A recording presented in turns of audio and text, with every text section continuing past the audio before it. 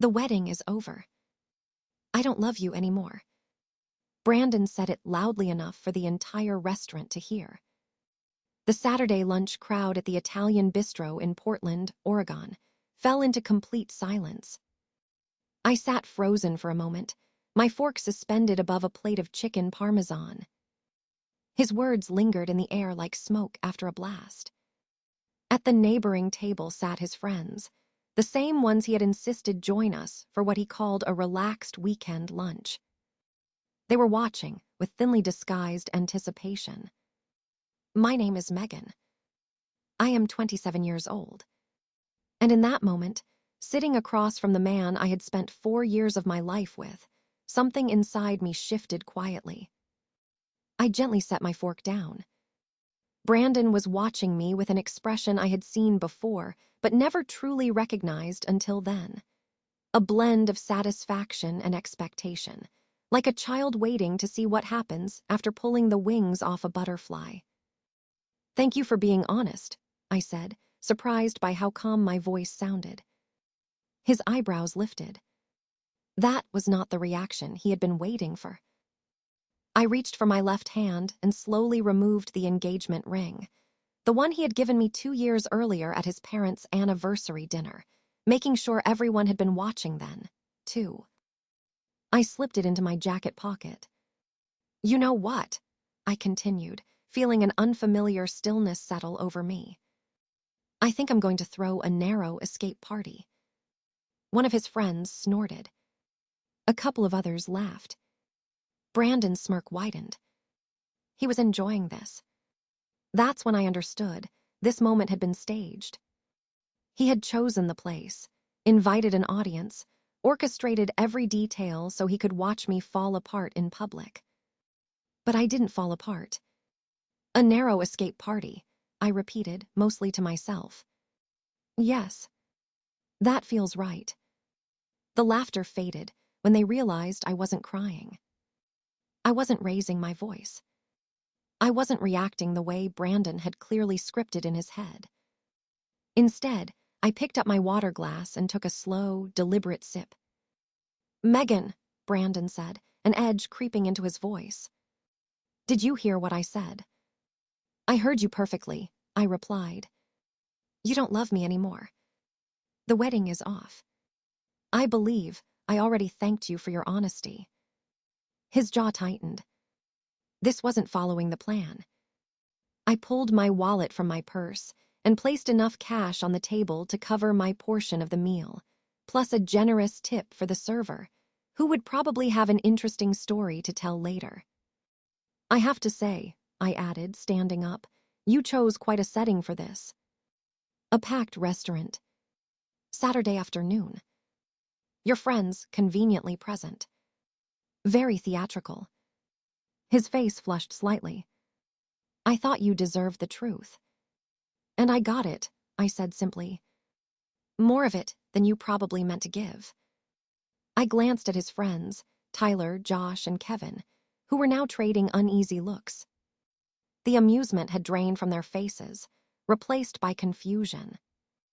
"Gentlemen," I said, nodding at them, "thank you for being here. Your presence has been enlightening." As I walked toward the exit, I could feel the weight of every stare in the room. But instead of humiliation, I felt something else entirely. Clarity. 4 years. I had given Brandon 4 years of my life.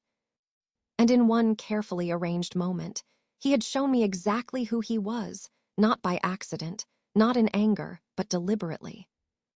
Outside, the autumn air hit my face. I took a deep breath. My hands weren't shaking. My eyes were dry. I walked to my car with steady steps, unlocked it, and sat behind the wheel. Only then, alone, did I let the full weight of what had happened sink in. But what came wasn't devastation. It was recognition. I had just watched Brandon reveal his true self, and the man he revealed was not someone I wanted to marry. The realization felt almost freeing. My phone buzzed. A message from my best friend, Natalie. "How was lunch?" I stared at the screen for a moment before typing back. Wedding is canceled. I'll explain later. But I'm okay. Actually, I think I'm better than okay. Her reply came immediately. What? I'm coming over tonight. I set the phone down and started the car. As I pulled out of the parking lot, I glanced back at the restaurant. Through the window, I could see Brandon still sitting at the table, his friends gathered around him. He was probably telling them I was in shock, that I hadn't processed it yet. He had no idea what was actually happening. He had just handed me the key to a door I hadn't even realized was locked. The drive home gave me space to think, and what I thought about were all the moments over the past 4 years that I had chosen not to see clearly.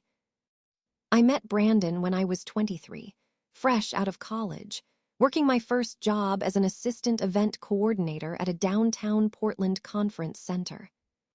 He was 25 then, a marketing associate at a pharmaceutical distribution company. Confident, charming, the kind of man who made you feel like the only person in the room when he focused on you. Our first date was at a cafe by the waterfront. He listened closely as I talked about my dream of someday starting my own event planning business. He nodded at all the right moments, asked thoughtful questions. Looking back, I realized he wasn't connecting. He was collecting information. By the end of our first year together, my life had started bending around his preferences. He didn't like my college friends, so I saw them less. My apartment was inconvenient for his commute, so I moved closer to his side of town. He thought starting my own business was risky and encouraged me to focus on climbing the corporate ladder instead. I called these things compromises. That's what relationships were supposed to be, right? But almost all the giving had been mine. When friends or family expressed concern, I defended him with familiar lines. He's just stressed. He didn't mean it like that. You don't know him the way I do. Last Christmas, my mother pulled me aside, worry etched across her face. Megan, she asked softly, does Brandon actually make you happy? I smiled and brushed it off. Of course, Mom. We're getting married. But happy wasn't the word I would have used if I'd been honest. Comfortable, maybe. Invested. Established.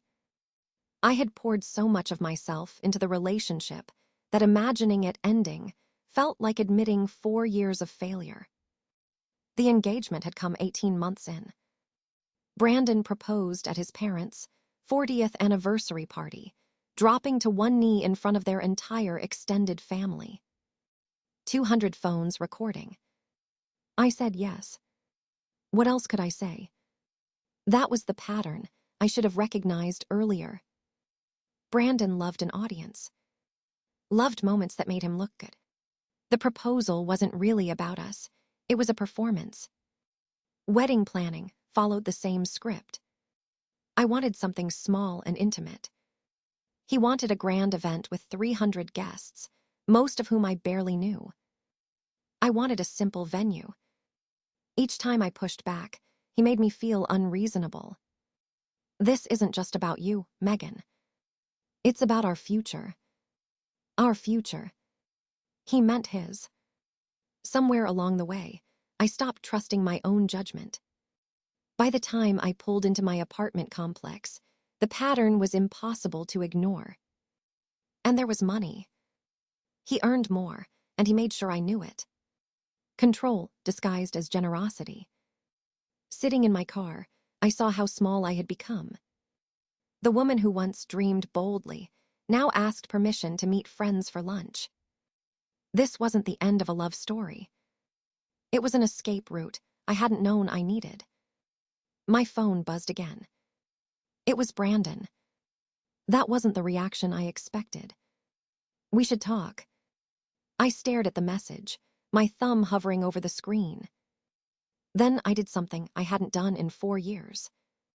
I didn't reply. That evening, Natalie arrived at my apartment with 2 bottles of wine and an expression set with determination. "Tell me everything," she said, dropping onto the couch.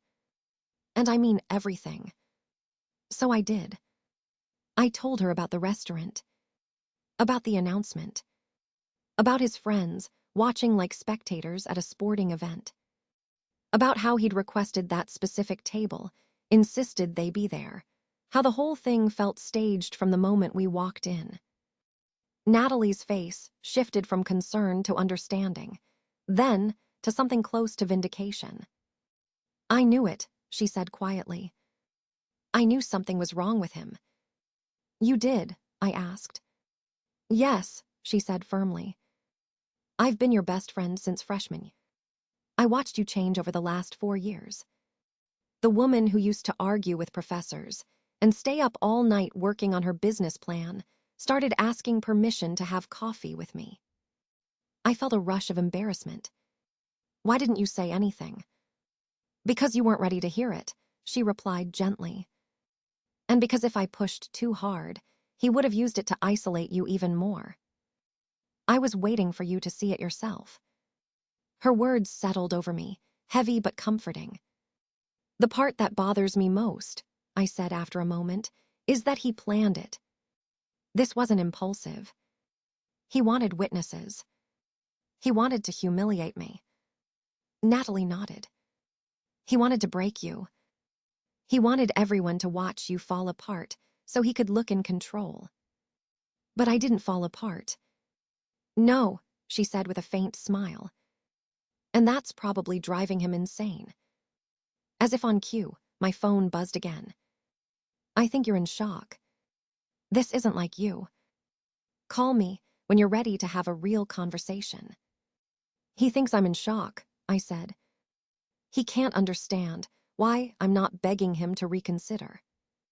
Natalie laughed, though there was no humor in it. "Men like that expect tears.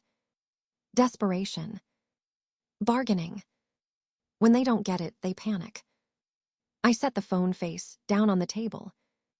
"His friends were laughing at first," I said, "when I took off the ring and said I was throwing a narrow escape party. Like I was delusional." "What made them stop?" Natalie asked. I thought about it. When I didn't break. When I thanked him and walked out. She poured us wine and handed me a glass. "So, this narrow escape party. Are you actually doing it?" The idea had come instinctively, a reflex I hadn't understood in the moment. But the more I thought about it, the more right it felt. "I think I am," I said. "Not to mock him. Not to cause drama. I want to take control of the story before he rewrites it." Natalie's eyes lit up. "That's brilliant. Brandon will tell his version," I continued. "He'll make himself the hero. Make me look unstable or pathetic. But if I frame this as something good that happened to me, not something done to me, I take that power away." We talked for hours, and with every conversation, more pieces fell into place. The conditional compliments. The generosity with strings attached. The quiet isolation. "There's something else," I said later. The way his friends were positioned at the restaurant. Tyler was filming. I saw it. Natalie's expression hardened. He wanted footage. The realization hit like ice water. This wasn't just a breakup. It was a production. That explained his confusion when I didn't cry. He'd been waiting for content. "I need to know why," I said quietly. "Not to change anything. Just to understand what I was dealing with." Natalie squeezed my hand. "Whatever you find, I'm here. And for what it's worth, I'm proud of you." That night, for the first time in a long while, I felt something close to hope. The next few days brought a steady stream of messages from Brandon, each more agitated than the last. Sunday morning, "This silent treatment is immature. Call me." Sunday night, "I didn't do this to hurt you. We need to talk like adults." Monday, "People are asking what happened. You need to help me explain this properly." Tuesday, I heard you're throwing a party. Are you trying to embarrass me? I didn't respond. For the first time in 4 years, my actions weren't centered around his comfort. The silence felt powerful.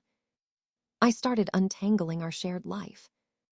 The wedding was 6 months away. I called the venue first. The coordinator was sympathetic. The deposit is non-refundable, she said. But I can offer you a credit for a future event.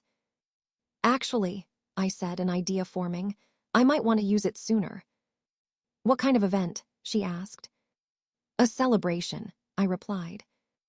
Of new beginnings. Each call reinforced a truth I hadn't wanted to see. The people around us had noticed. More than one vendor responded with some version of I wondered how long it would last. By Wednesday, the plan was set. The narrow escape party would happen at the same venue, 3 weeks later.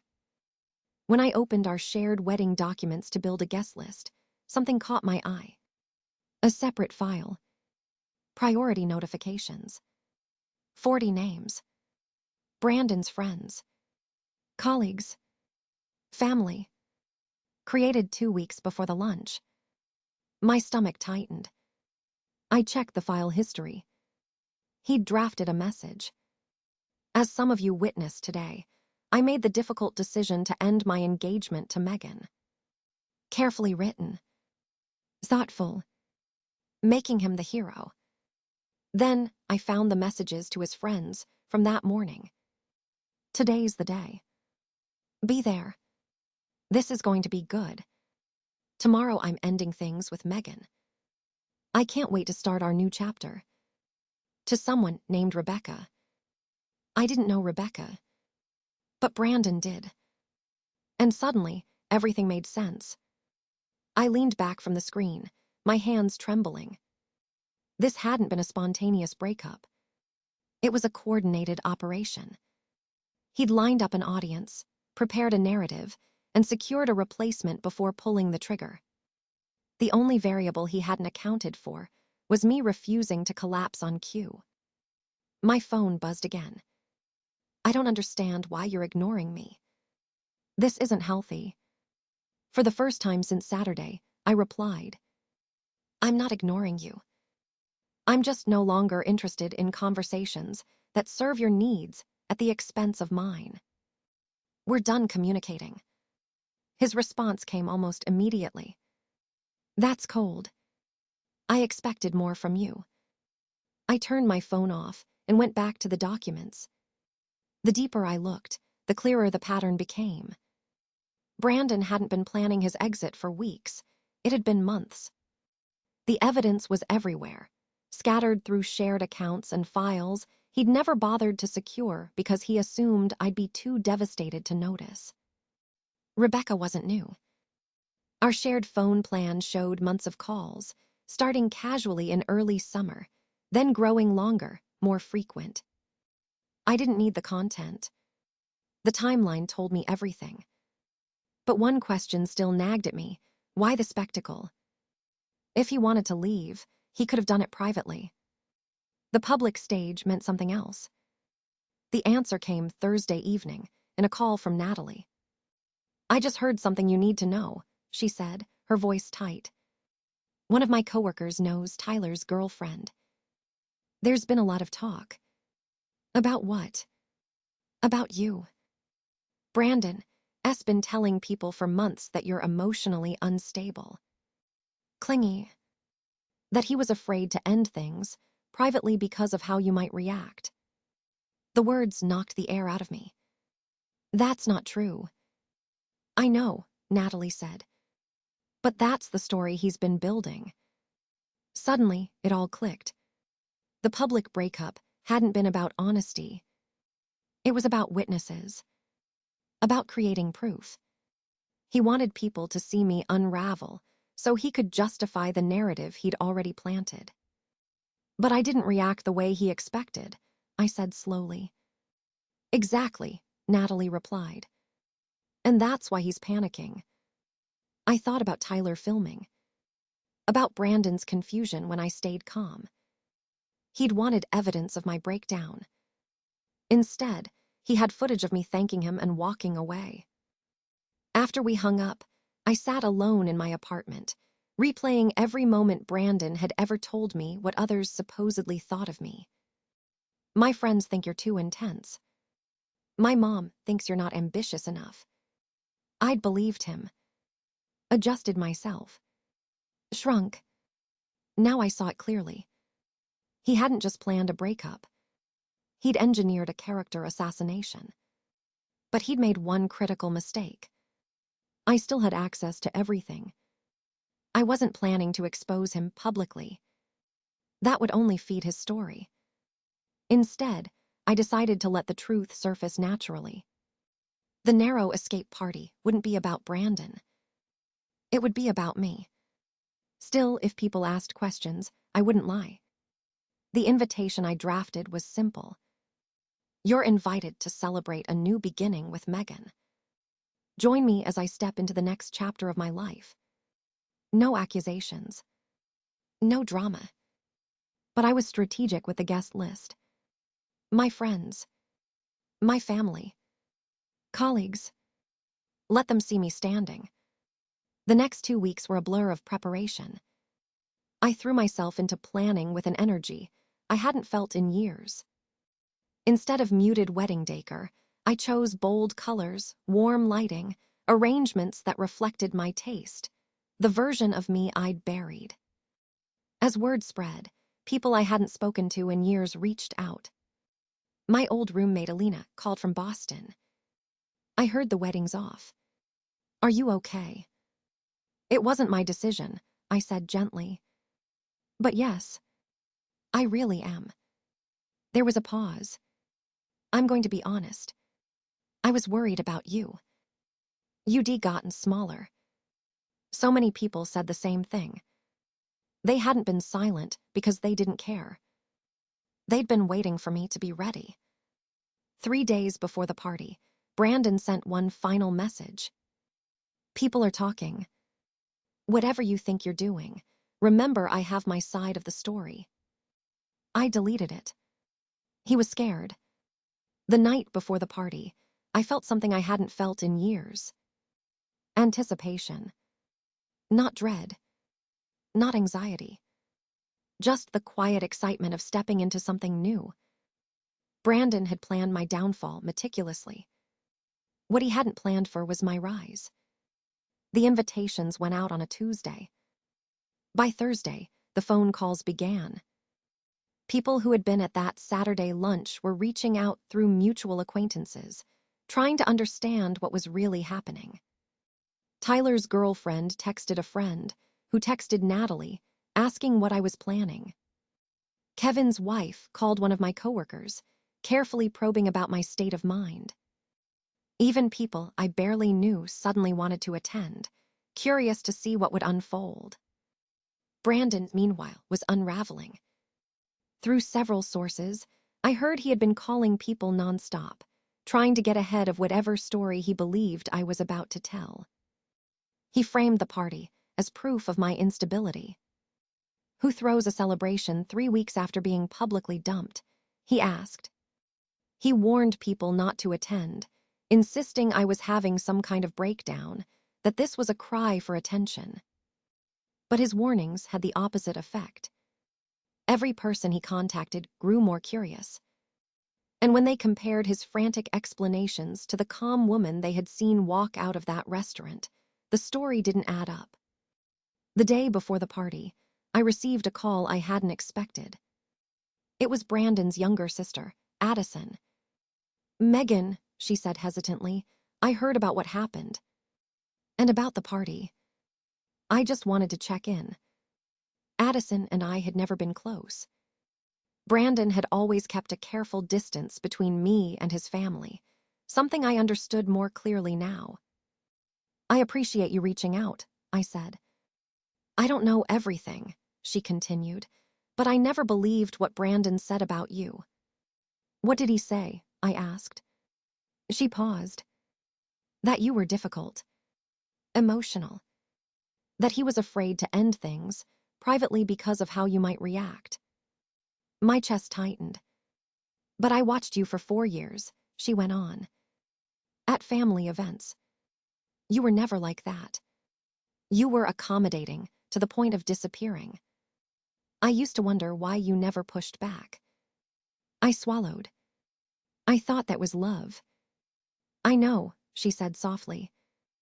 I'm sorry, none of us said anything sooner. Even my mom's been questioning things this week. When we hung up, I sat quietly for a long time. Addison's call felt like the first crack in Brandon's carefully constructed narrative. If his own sister was questioning him, others wouldn't be far behind. Saturday morning, I arrived at the venue for a final walkthrough. The ballroom barely resembled the wedding reception we had once planned. The sterile whites were gone, replaced by warm, bold colors, deep oranges, rich purples, touches of gold. String lights crossed the ceiling. Sunflowers and wildflowers filled the space, instead of the rigid white roses Brandon had insisted on. My mother found me standing in the center of the room, taking it all in. How do you feel? She asked. Free, I said. I feel free. Guests began arriving at 7. Natalie came first.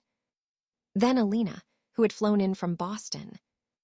Each arrival felt like a quiet reclamation. By 8, the room was full. The atmosphere was warm, alive, genuinely joyful. People laughed, hugged, reconnected. They asked about my plans, my work, my future. And eventually, the question came. So, what really happened? Alina asked, pulling me aside. The version Brandon has been telling doesn't match what I see here. I told her the truth. Calmly. The planned breakup. The witnesses. The recording. Rebecca. The months of preparation. I showed her the screenshots, not displayed, not broadcast, just there if someone asked. Her expression shifted as she listened. That's sociopathic, she said finally. He planned your public humiliation. He did, I agreed. But he miscalculated. The story spread faster than I'd expected. By 9, people were whispering in small groups. Phones were passed discreetly. Conversations deepened. I didn't dramatize anything. I answered questions honestly and let the facts speak for themselves. The narrative began to collapse on its own. The turning point came when Kevin's wife, Jennifer, approached me. I owe you an apology, she said quietly. When Brandon told us his plan, Kevin said it was an intervention. That he needed support to leave an unhealthy relationship. I didn't know about the recording. Or the affair. I thought we were helping. She shook her head. The way you handled yourself that day, it didn't match anything he said about you. She wasn't the only one reaching that conclusion. Throughout the room, I watched recognition ripple through people's faces as they reevaluated what they had witnessed at that lunch. Tyler's girlfriend was questioning him. Josh had stopped replying to Brandon's messages. The circle that had gathered to watch me fall was quietly pulling away from the man who had orchestrated it. Then, around 10, Brandon walked in. I saw him before he saw me, standing at the entrance, scanning the room with barely contained fury. He was wearing the button-down I'd given him for his birthday. The room didn't fall silent, but the energy shifted. Conversations hushed. Eyes followed him as he crossed the floor toward me. Megan, he said tightly. What do you think you're doing? I turned to face him. I'm hosting a party. You're not invited. You're trying to destroy me, he hissed. You're lying to people. Showing fake evidence. I haven't shown anyone anything that isn't true, I said calmly. Everything came from our shared documents. Documents you created. His face went pale, then flushed. You went through my files. Our files, I corrected. The ones you assumed I'd never look at. Around us, people had stopped pretending not to listen. Alina was holding up her phone. Jennifer watched, wide. This is insane, Brandon snapped. You're insane. This is exactly what I warned people about. Brandon, I said evenly, look around this room. Do I look unstable to you? He did. And what he saw was a room full of people, no longer buying his story. You planned my humiliation, I continued. You had it recorded. You had messages prepared. You were having an affair. All of it is documented. All of it is true. He opened his mouth, then closed it. The silence that followed was devastating. Finally, he turned and walked out. And with him went the last of his control. The party went on after Brandon left, but something fundamental had shifted. It felt as if the room had exhaled all at once, as though everyone had just witnessed something they would need time to fully process. People came up to me throughout the rest of the evening. Some apologized for believing Brandon's version of events. I thanked them, but what I felt most wasn't triumph or satisfaction. It was peace. The band began playing, and the dance floor slowly filled.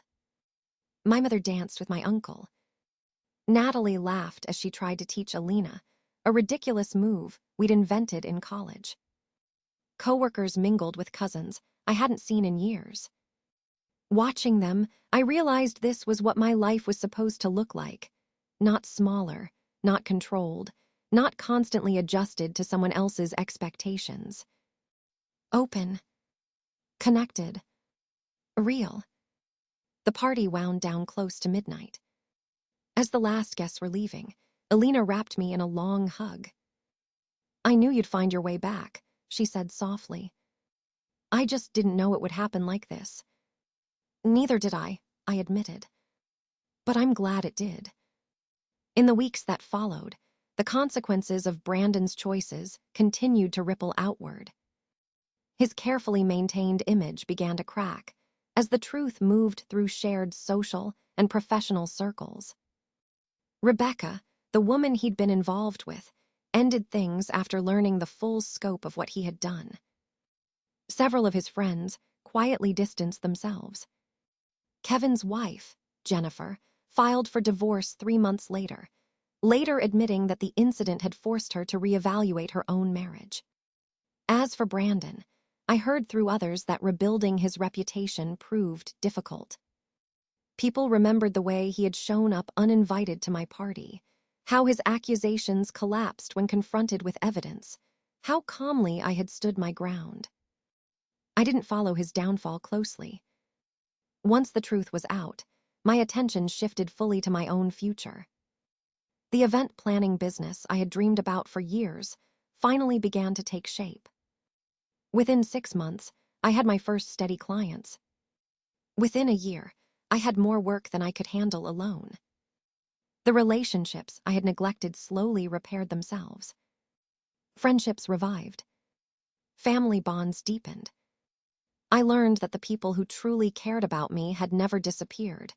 They had simply been waiting. And I learned something else. It was a role I'd adopted because I believed that was what love required.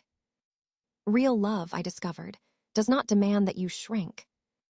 1 year after that Saturday lunch, I stood in my own office and thought about how differently everything had unfolded from Brandon's plan.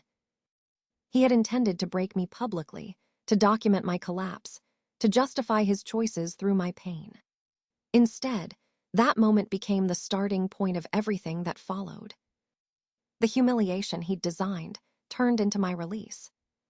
Looking back, I wouldn't change a single thing. The narrow escape party was never about revenge. It was about reclaiming my life and never apologizing again for being exactly who I was meant to be.